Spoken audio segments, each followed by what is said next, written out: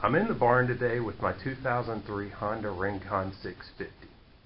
This bike was given to me by my uncle a while back with a warning. He said, "You know what a pig in a poke is, right?" Well, when he gave it to me, I knew the engine was bad.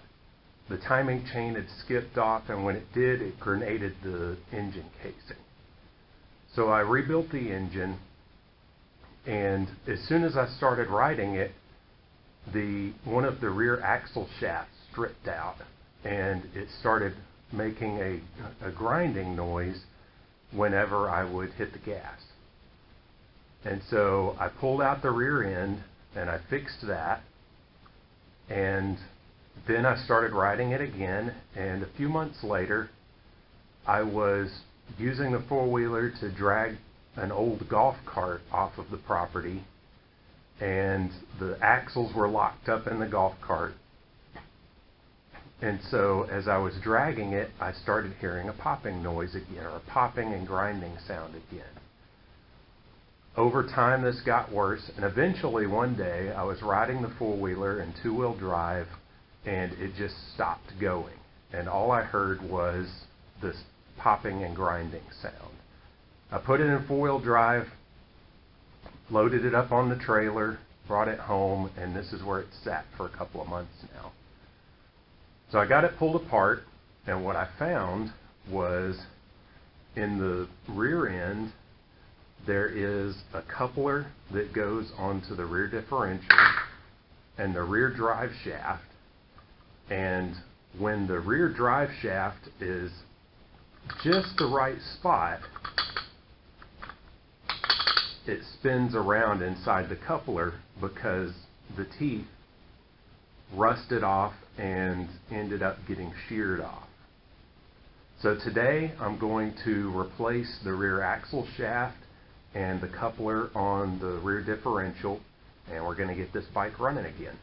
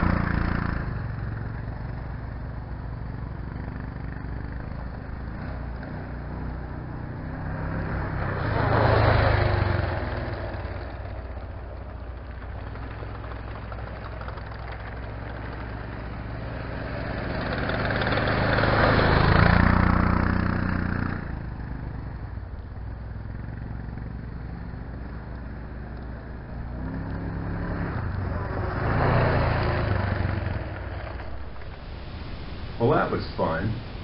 As you could see from the black stripes on the barn floor, both rear wheels are engaging, so that's good. I did have a little bit of a noise coming from the right rear half axle. Probably the CV joint got damaged when I was disassembling it all, so that's something that I'll have to look into. But for now, it's running pretty good, so we're going to call that a victory. I'd like to leave you guys with a closing thought today. There's a lot going on in the world, people using religion to fit a political agenda. And don't get me wrong, there will be a reckoning one day. But for now, Jesus has given us clear instructions for how we should behave. First, he said, "Blessed are the peacemakers, for they will be called the children of God." And then he said, "Love your enemies and pray for those who persecute you."